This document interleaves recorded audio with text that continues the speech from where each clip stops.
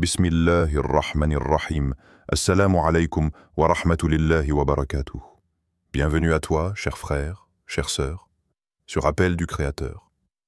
Si tu ressens le besoin de te reconnecter à l'essentiel, si ton âme cherche la lumière dans ce monde d'échos vains, alors abonne-toi à cette chaîne.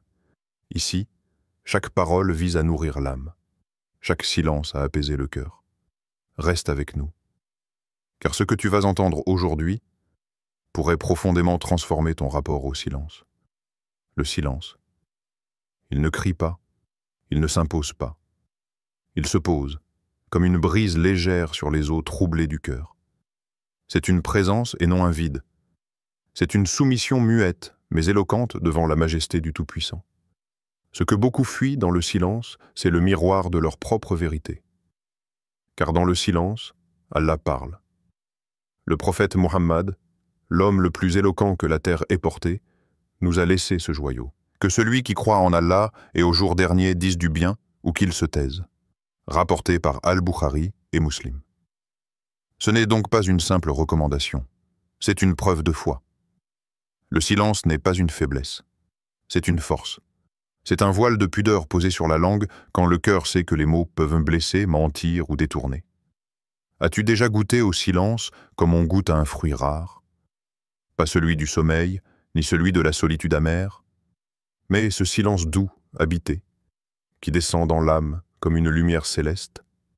Ce silence où tu ne dis rien parce que ton cœur dit tout à Allah. Dans ce monde qui hurle, le silence est une rébellion sacrée. C'est le choix de ne pas répondre quand l'ego veut riposter. C'est le refus de juger, quand la langue se presse d'accuser. C'est le refuge des cœurs sincères, qui savent que parfois, seul Allah doit entendre ce que l'âme ressent. Le silence, c'est l'arme des croyants dans les tempêtes. Ceux qui savent se taire quand les cœurs s'échauffent, ceux qui choisissent de patienter quand les langues se déchaînent, ceux-là ont compris un secret spirituel immense. Écoute ce que dit Allah. Ma yalfiru min qawl illa ladayhi raqibun atid. Il ne prononce pas une parole sans avoir auprès de lui un observateur prêt à l'inscrire. Sourate Kaf, 50, verset 18. Chaque mot est enregistré. Chaque silence aussi. Et parfois, le silence vaut plus que 1000 discours. Pose-toi cette question. Combien de fois t'es-tu regretté d'avoir parlé? Et combien de fois t'es-tu regretté de t'être tu? La langue blesse, mais le silence soigne. La parole agite, mais le silence apaise. Et si ce silence, celui que tu redoutes parfois, était en réalité une porte vers Allah, un langage sans mots, mais plein de soumission, reste ici, marche avec moi à travers les 5 situations où le vrai musulman doit se taire. Pas par peur, mais par foi, par lumière, par amour de celui qui entend tout, même les silences. Il y a des instants où le cœur déborde, où l'humiliation brûle comme du feu dans la poitrine, et où l'envie de répondre, de frapper par les mots, devient presque irrésistible. Tu es là, quelqu'un vient de te blesser, peut-être intentionnellement, peut-être pas. Une parole dure, un regard de mépris, une injustice que tu ne mérites pas. Et tout ton être s'embrase. Le cœur cogne plus fort. La bouche veut riposter. Mais à cet instant, le vrai djihad commence. Le prophète l'a dit avec une sagesse désarmante. Un homme est venu vers lui, avide de conseils. Et le messager d'Allah lui dit « Ne te mets pas en colère ». Puis il le répéta encore et encore, comme si tout le combat de l'âme pouvait se résumer à cette lutte silencieuse contre soi-même. Sahih al-Bukhari. Je me souviens d'un frère. Un jour, il est revenu du travail vidé, fatigué, stressé, et à peine passé le seuil de sa porte, son enfant renverse par accident un verre sur ses papiers importants. Tout en lui s'agite. Il lève la voix, puis se ravise.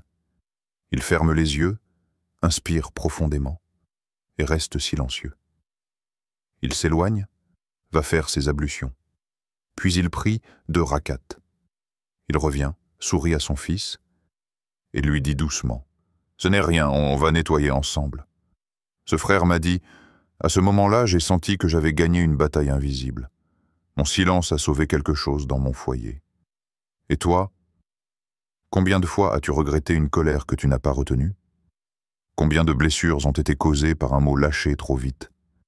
Et combien de noblesse y a-t-il dans ce silence contenu, quand la tempête gronde à l'intérieur, mais que tu refuses de la faire éclater à l'extérieur?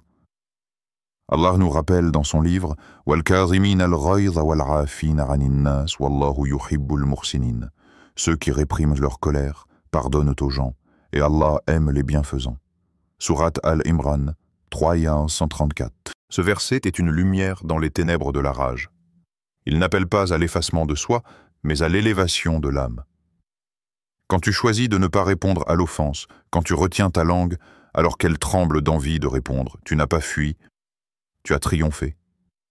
C'est ça, la grandeur silencieuse, celle qui se vit dans l'ombre et que seul Allah et les anges voient. Voilà. Dans ce silence, tu n'as pas perdu. Tu t'es rapproché du maître des mondes. Il y a un mal silencieux qui se glisse dans nos discussions les plus anodines. C'est cette tendance à parler, même quand on ne sait pas. Une question surgit. Est-ce que halal? Est-ce que haram? Un doute sur une personne, un avis sur une situation, un jugement sur un frère ou une sœur. Et sans vérification, sans science, sans crainte d'Allah, la langue se délie. Pourquoi avons-nous peur de dire « je ne sais pas » Est-ce l'orgueil, l'image de savoir, le besoin d'être écouté? Pourtant, même les grands savants disaient parfois avec tranquillité « la adré, je ne sais pas ». Ibn Mas'ud, qu'Allah l'agrée, disait « Celui qui répond à chaque question posée sur tout ce qu'il entend, c'est un fou ». Le prophète nous a mis en garde avec clarté. Il suffit à une personne comme mensonge de rapporter tout ce qu'elle entend. Sahih Muslim. Réfléchis un instant. As-tu déjà répété une information sans la vérifier? As-tu déjà jugé un acte ou même une intention sans comprendre la réalité? As-tu déjà parlé sur un verset, une règle de la religion, sans science? C'est là que le silence devient une preuve d'intelligence, et plus encore, une preuve de piété.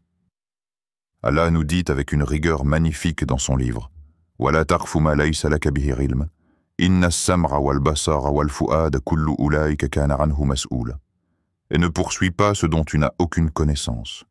L'ouïe, la vue et le cœur, sur tout cela, on sera interrogé. Sourate Al-Isra 17-36. Ce verset est une lumière pour celui qui cherche à vivre dans la taqwa, la conscience d'Allah. Il nous rappelle que nos paroles ne flottent pas dans le vide. Elles sont comptées, pesées, écoutées. Un jour, un jeune homme posa une question à l'imam Malik sur un sujet délicat. L'imam répondit « Je ne sais pas ». Le jeune insista « Mais les gens de ma ville attendent votre réponse ». Et l'imam répondit « Dis-leur, Malik ne sait pas ». Voilà la vraie grandeur, pas dans le fait de tout dire, mais dans le fait de savoir se taire quand la parole peut nous perdre. Alors, toi qui écoutes, demande-toi, ai-je la sincérité de dire « Allahu A'lam » Ai-je l'humilité de reconnaître mes limites? Le silence ici n'est pas un vide. C'est une preuve de sagesse, un rempart contre le mensonge et un miroir de notre sincérité envers Allah. Parfois, ne pas parler, c'est laisser parler notre foi. Il y a des douleurs que les mots ne peuvent pas apaiser. Il y a des moments où le cœur d'un être humain ne cherche ni conseil, ni solution, ni explication. Il cherche juste une oreille qui entend, une âme qui comprend. Tu as déjà été là, n'est-ce pas? Quelqu'un t'a parlé, les yeux embués, la voix brisée. Et toi, tu as ressenti cette urgence intérieure de répondre, de réconforter, de trouver des mots justes.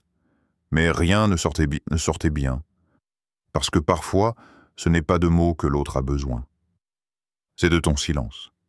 Un silence doux, présent, compatissant. Un silence qui dit « Je suis là, je ne t'abandonne pas ». Imagine cette scène. Une sœur entre dans la mosquée. Elle s'assied au fond, tremblante, les yeux perdus. Elle vient de perdre son enfant. Elle n'a pas besoin d'un « c'est la volonté d'Allah », dit à la hâte. Elle n'a pas besoin d'un « sois forte ». Elle a besoin que tu sois silencieusement à ses côtés. Parfois, rester assis près d'une douleur sans la fuir, c'est plus noble que 1000 paroles. Ce silence-là devient un acte de rahma, de miséricorde. Le prophète Muhammad était un homme de parole, mais aussi de silence. Quand quelqu'un pleurait auprès de lui, il écoutait. Longtemps. Il laissait couler les mots, les larmes, les soupirs, et son silence devenait un baume pour les cœurs. As-tu déjà été ce refuge? As-tu déjà offert ton cœur comme une maison d'accueil, sans porte, sans jugement? Écouter en silence, ce n'est pas rien faire. C'est être profondément actif dans ton humanité. C'est mettre ton ego de côté. C'est dire, en ce moment, ce n'est pas moi qui compte, c'est toi.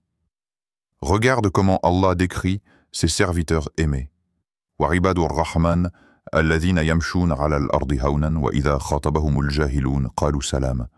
Les serviteurs du tout miséricordieux sont ceux qui marchent humblement sur terre, et quand les ignorants s'adressent à eux, ils disent « paix ». Sourate Al-Furqan, 25-63. Le mot-clé ici, « haunan », avec douceur, avec humilité. Le croyant est celui dont la présence apaise, même sans parler. Quand un frère s'effondre, quand une sœur craque, sois cet ami qui écoute vraiment, sans se précipiter vers les réponses toutes faites. Car dans ce silence, Allah t'enseigne la miséricorde. Et dans ce silence, l'autre guérit. Il y a des moments où la langue veut courir plus vite que le cœur.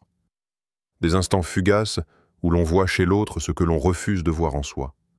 Un mot glisse, une critique, une remarque, un jugement. Mais à cet instant précis, qu'est-ce que ce mot révèle vraiment? L'autre ou toi-même? Le prophète nous a mis en garde. Celui qui croit en Allah et au jour dernier ne doit pas nuire à son voisin. Et parfois, cette nuisance ne crie pas. Elle chuchote, dans les coins, dans l'absence, dans les petits commentaires lancés sans y penser. Mais Allah entend tout, et surtout, ton cœur, lui enregistre tout. Chaque critique injuste est une tache sur le miroir de ton âme. Tu crois viser l'autre, mais c'est toi que tu entaches. Tu vois cette sœur avec un foulard mal mis, ce frère avec une faute, et ton cœur frémit, mais ce frémissement, est-ce de la jalousie, de l'orgueil, ou de la vraie compassion? Retiens-toi, respire. Et souviens-toi de cette parole d'Allah, qui descend comme un miroir céleste. Ya ayyuha alladhina amanu, ijtanibu kathiran min az-zanni, inna ba'da az-zanni ithmun, wa la tajassasu, wa la yaghtab ba'dukum ba'dan. Ô vous qui avez cru, évitez de trop conjecturer sur autrui, car une partie des conjectures est péché. Et n'espionnez pas, et ne médisez pas les uns des autres. Sourate Al-Hujurat, 49-12. Ce silence, celui où tu retiens ta langue alors que l'envie te brûle, ce silence est un acte d'adoration, une purification. Ce n'est pas fuir la vérité, c'est comprendre que chaque âme a un combat invisible que tu ignores. Et qu'Allah te demande d'être protecteur, pas destructeur. Alors, la prochaine fois que la critique monte à tes lèvres, pose-toi cette simple question. Est-ce que mes mots sont un miroir ou un poison? Est-ce qu'ils élèvent ou est-ce qu'ils abaissent? Le silence, ici, n'est pas de la lâcheté.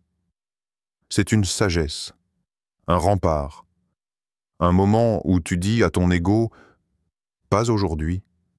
Aujourd'hui, je me tais par amour pour Allah. » Et peut-être que ce silence, ce petit effort invisible sera l'une des choses qu'Allah mettra sur la balance de ta piété, le jour où tout sera révélé. Il y a un silence, qui ne ressemble à aucun autre, un silence sacré, brûlant de présence, celui qui t'envahit quand tu es face à un signe d'Allah. Tu lèves les yeux vers le ciel étoilé, et ton cœur se tait, non pas parce qu'il n'a rien à dire, mais parce qu'il comprend que tout est déjà dit. Les signes d'Allah ne parlent pas avec des mots. Ils parlent avec la lumière, avec le vent, avec la douleur, avec la joie. Ils sont partout. Dans la pluie qui tombe avec douceur, dans un oiseau qui plane sans effort, dans le regard d'un enfant, ou même dans une épreuve qui te casse pour mieux te reconstruire. Et là, au fond de toi, quelque chose s'incline. Un frisson te traverse. Tu ne peux que te taire et pleurer doucement, ou sourire, en silence. إنما يؤمن بآياتنا الذين إذا ذكروا بها خروا سجدا وسبحوا بحمد ربهم وهم لا يستكبرون. Et Séoul croit en nos versets ceux qui, lorsqu'on les leur rappelle, tombent en prosternation et glorifient les louanges de leur Seigneur sans orgueil. Sourate As-Sajda 32-15. Ce verset ne décrit pas une foi intellectuelle. Il parle d'un abandon du cœur, un effacement de l'ego devant l'évidence du divin. Ce silence est un dhikr muet, un tasbih sans langue, une prosternation de l'âme. Le prophète, quand il voyait le ciel changer, les vents se lever, ou la lune apparaître, il s'arrêtait, il se recueillait, il entrait dans ce silence habité par Allah. Et toi, quand tu ressens un signe, est-ce que tu ralentis ou est-ce que tu passes à côté, pris dans le vacarme du monde? Car dans ces instants suspendus, le silence devient une porte vers l'invisible, un dialogue entre ton âme et ton Créateur, sans qu'un seul mot ne soit prononcé. Alors écoute, pas avec tes oreilles, mais avec ton cœur, car parfois le silence est la langue du ciel. Et si le silence devenait une forme de dhikr, une adoration douce, sans bruit, sans geste, sans mots, juste toi et Allah. Chaque silence n'est pas vide. S'il est offert à Allah, il devient un acte spirituel, un moment de présence, de retour vers lui. Le prophète se retirait dans la grotte de Hira. Il restait en silence, loin du tumulte. Il n'y avait ni téléphone, ni voix humaine, juste le souffle du vent et la lumière du ciel. Et c'est dans ce silence sacré que la parole divine est descendue. Iqra, lis, la première révélation née du silence.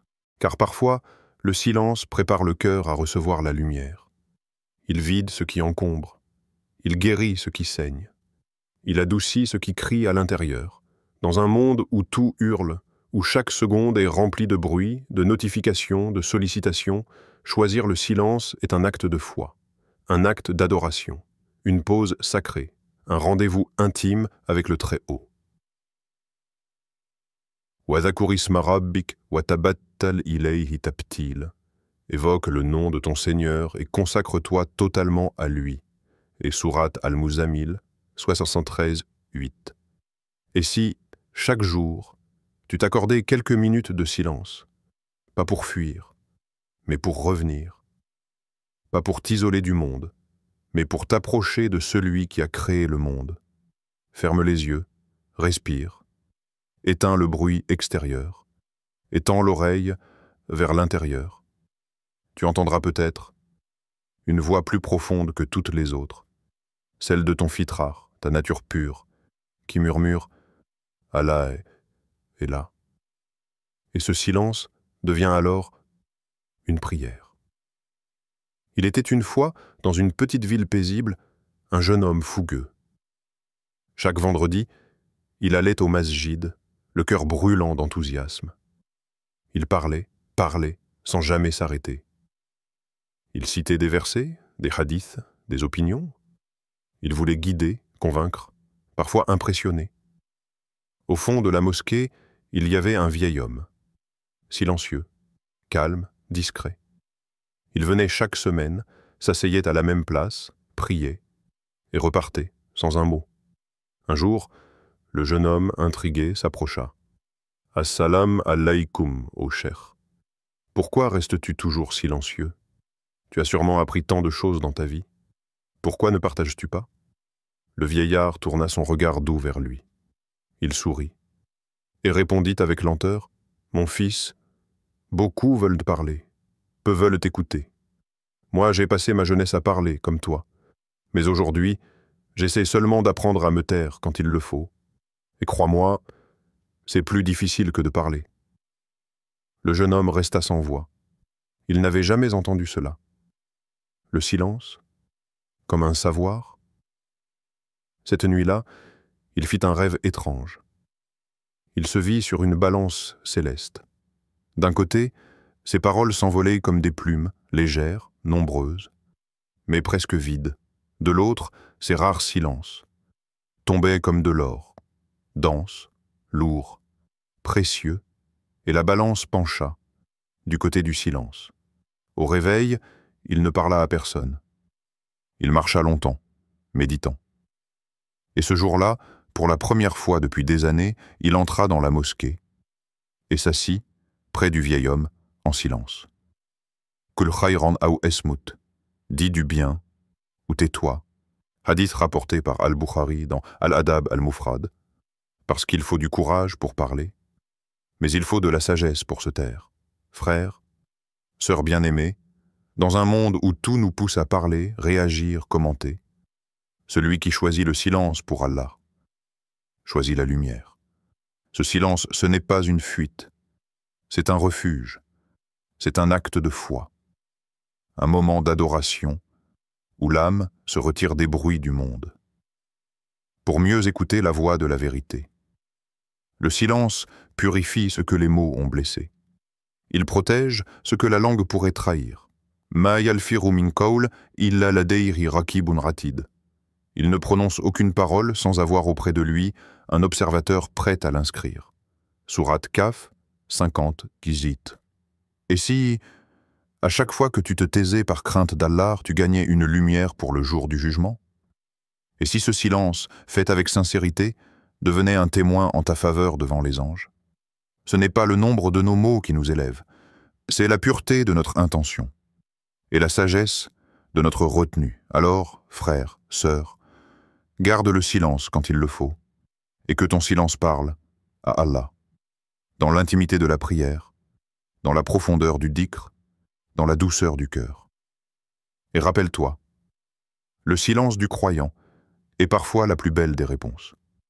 Le silence devant l'injustice, l'ignorance, la douleur ou la beauté de la création peut être une preuve de foi. Si ce rappel a touché ton cœur, abonne-toi à Appel du Créateur et partage cette vidéo avec quelqu'un qui a peut-être besoin d'un silence pour guérir. Qu'Allah fasse de ton silence une lumière, qu'il purifie ta langue, apaise ton âme et remplisse ton cœur. De son souvenir, Amin.